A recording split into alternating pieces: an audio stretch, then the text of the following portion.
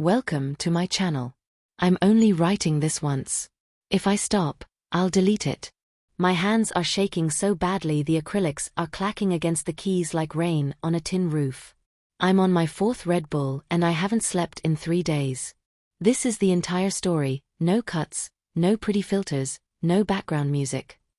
If you came here for a cute feminization fantasy, leave now. This is the story of how Dr. Evelyn Hart turned Cameron Park into Camille, her perfect living doll, and how far she was willing to go to keep me that way. My name was Cameron Minjae Park. 18. Senior year. 5 feet 7 inches. 118 pounds. Baby-faced Korean boy with glasses, hoodies 2 sizes too big, and a 4.0 that my immigrant doctor parents pinned all their hopes on. Today the entire world knows me as Camille Hart Park, valedictorian prodigy, teen girl genius. This is how it actually happened. September 4th, 2023, first day of AP Chemistry. Westview High School, Beaverton, Oregon. Dr. Evelyn Hart walked in at 7:59 a.m. sharp. White lab coat over a black sheath dress that hugged every curve like it was painted on. Red patent Louboutin Socate 120mm heels, click, click, click. Across the linoleum like a countdown. Long black hair in a low chignon. Red lips. Winged eyeliner sharp enough to perform surgery. 34 years old. PhD from MIT at 26. Rumored to have turned down a $2.4 million offer from Pfizer because she preferred shaping young minds. She wrote one sentence on the board in perfect calligraphy. Some changes are irreversible. Discuss. Then her eyes scanned the room and locked on me, back row, hoodie up, trying to disappear, and she smiled like she had been waiting 18 years for me to walk into her classroom. I felt special. I should have felt hunted. Week 2. She started keeping me after class, to discuss stereochemistry. Week 3. She called me my little prodigy, and let her hand rest on my lower back a second too long. Week 4. She began using a nickname only in private, Cammy. I hated it. My face turned red every time. October 13th, the offer. She locked the classroom door at 3:27 p.m.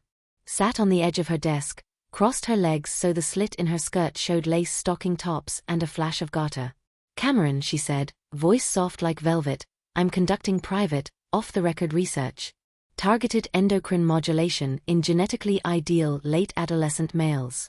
The results could rewrite the entire field. I need one subject. Brilliant. Compliant. Aesthetically ideal. And most importantly, motivated. She slid a black leather folder across the desk. 57 pages. Page 41. Participant acknowledges that certain secondary sexual characteristics may become permanent after 90 days of continuous treatment. Last page. $120,000 stipend, paid $10,000 monthly into a trust she controlled. My parents were $380,000 in medical school debt. They cried at night because they thought they'd failed me. I signed before I finished reading. I was greedy. I was stupid. I was 18. Phase 1, Baseline Optimization. October, December 2023. Day 1, First Injection. Her office after last bell. Door locked. Blinds drawn. She took out a glass vial and a 29-gauge insulin syringe. Estrogen Valrate 5 mg per milliliter intramuscular plus spironolactone 100 mg oral plus proprietary SARM, she recited like a love poem. Drop your pants, Cammy. Just to the hip. I did. The alcohol swab was ice. The needle slid into the upper outer quadrant of my left glut. It felt like molten glass. I whimpered. She leaned down and kissed my forehead. Good girl. First of many. I told myself it was just a phrase. Week 2. Skin changed overnight. Acne vanished. Pores disappeared. My face looked like I'd been using a $500 skincare routine my whole life. Week 4. Nipples became agonizingly sensitive. I started wearing 2 sports bras under my hoodie to hide the swelling. Week 6. Actual A-cup breasts.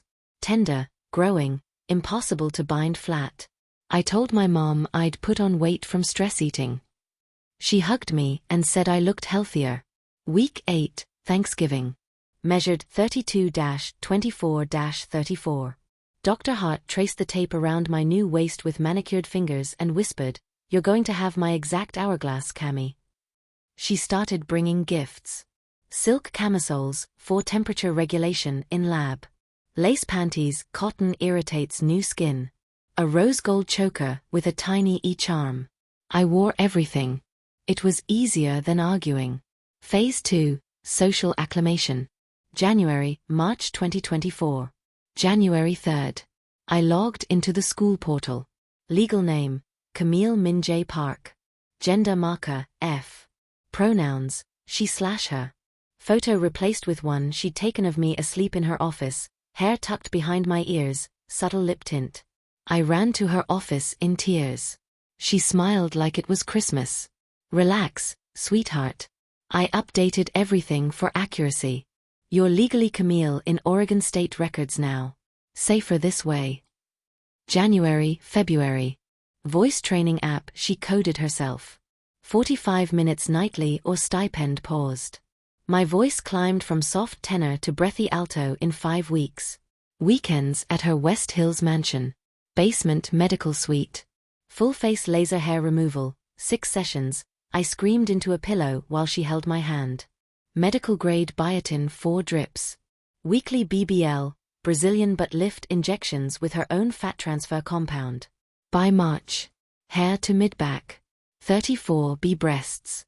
22-inch waist. 37-inch hips. Couldn't grow facial hair if I tried. March 15th.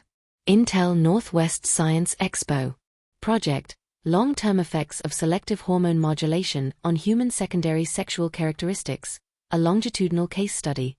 Subject, Camille Park me. We won grand prize plus $100,000 scholarship in my new name. Local news, Oregon teen girl genius makes history. My parents saw it on TV and called sobbing with pride, asking why I'd never told them I was trans. Dr. Hart sat beside me on the couch, hand squeezing my thigh hard enough to bruise, while I lied. Phase 3, Irreversible Perfection. June 2024. April 1st. Dose tripled. Added progesterone 300 mg rectal suppositories nightly. Added weekly Project Lily injectable, her own compound. Day 11 post-Lily shot, I started lactating. Tiny beads streams. I woke up soaked. She made me pump in her office 3 times daily with a hospital-grade pump. Labeled bottles subject C, week 31, and stored at -80 degrees Celsius. May. Body exploded. 34F breasts, milk production 6 to 8 ounces per session. 20-inch waist. 41-inch hips. Lip fillers, 3 milliliters in her bathroom while I watched in a hand mirror. Cheek filler. Jaw contouring massages that left bruises for days. Platinum blonde extensions glued in until my real hair caught up to my waist. She dressed me like her twin. La Perla lace bras. Agent provocateur panties. Louboutin so-Kate heels in nude and black. Pencil skirts that barely covered the lace tops of my stockings. Prom night, May 18th. She forbade me from attending with classmates. Private gala at her house. She wore black satin Versace. I wore custom white lace corset dress that pushed my new F-cups together until I could barely breathe. She slow danced me to Young and Beautiful and cried into my hair. "You're perfect now, Camille. My perfect girl. You can never go back." Graduation, June 12, 2024. White dress, 34F breasts straining the fabric, platinum hair to my butt, 6-inch clear pleasers under the gown because she said valedictorians should be tall. Walked across the stage as Camille Minjay Park, valedictorian. Audience of 2,000 cheered. My parents filmed, sobbing, thinking their daughter was a miracle. Dr. Hart sat front row in sunglasses, tears sliding down her cheeks. That night she took what was left of Cameron on 1,000 thread count sheets while I stared at the ceiling and whispered "Thank you, Mommy," because my mind had finally shattered. July 2024, The Escape Plan. She accepted a $12 million position with KBio in Seoul. They wanted her research plus living proof of concept, me. New passports already in processing. Evelyn Hart and adopted daughter Camille Hart. We were scheduled to leave August 1st. I waited until she flew to Boston for a conference July 18th to 22nd. July 20th, 2:14 a.m. I stole her MacBook Pro with full research. The -80 degrees Celsius freezer key. Every vial labeled C or Camille. The remaining $47,328 in my trust. Her burner phone. The hard drives with 14 months of video footage. I took the 3:12 a.m. Greyhound to Portland wearing an oversized hoodie soaked with milk, barefoot because the only shoes I owned were 6-inch heels. Showed up at my aunt's door at 6:07 a.m. My aunt Sujin Park, federal public defender badass, took one look at me and called the FBI before I finished crying. July 23rd.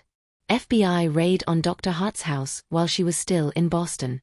Found 17 other subjects, ages 15 to 21. 4,000 plus vials of breast milk and blood. Surgical plans for involuntary orchiectomy and vaginoplasty in Thailand. A file labeled Camille, final form, with photoshopped images of me post-SRS wearing a wedding dress to her. July 25th. Dr. Hart arrested at SeaTac trying to board Korean Air 002 with forged passports for Camille Hart daughter. The news called it the Lily Project. Front page of the Oregonian for 38 days straight. She took a plea, 25 years federal prison, no parole. I got permanent witness protection. A body that will never go back. A name the entire world already knows. Panic attacks when I hear red-soled heels. A freezer full of my own breast milk returned as evidence. Today, November 2025. I'm 22. Finishing my biochemistry PhD, because someone who lived through this needs to make damn sure it never happens again. 34G breasts, milk finally dried up 6 months ago. 20-inch waist. 42-inch hips. Platinum hair to my lower back because cutting it still feels like letting her win. Some nights I still wake up reaching for the pump that isn't there. Some mornings I trace the faint tattoo on my wrist and cry. But I also have a girlfriend named Luna who kisses every scar and calls me my survivor. A chosen family who threw me a second graduation when I walked in flats for the first time.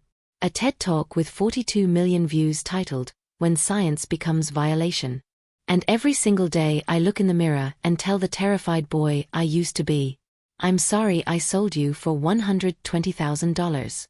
I'm sorry I didn't run sooner. But I saved you. And that has to be enough. If you take one thing from this story, let it be this. No amount of money. No promise of genius. No for the greater good. No teacher who calls you good girl while they inject you justifies stealing someone's body. Some changes really are irreversible. But surviving them is the only experiment that matters.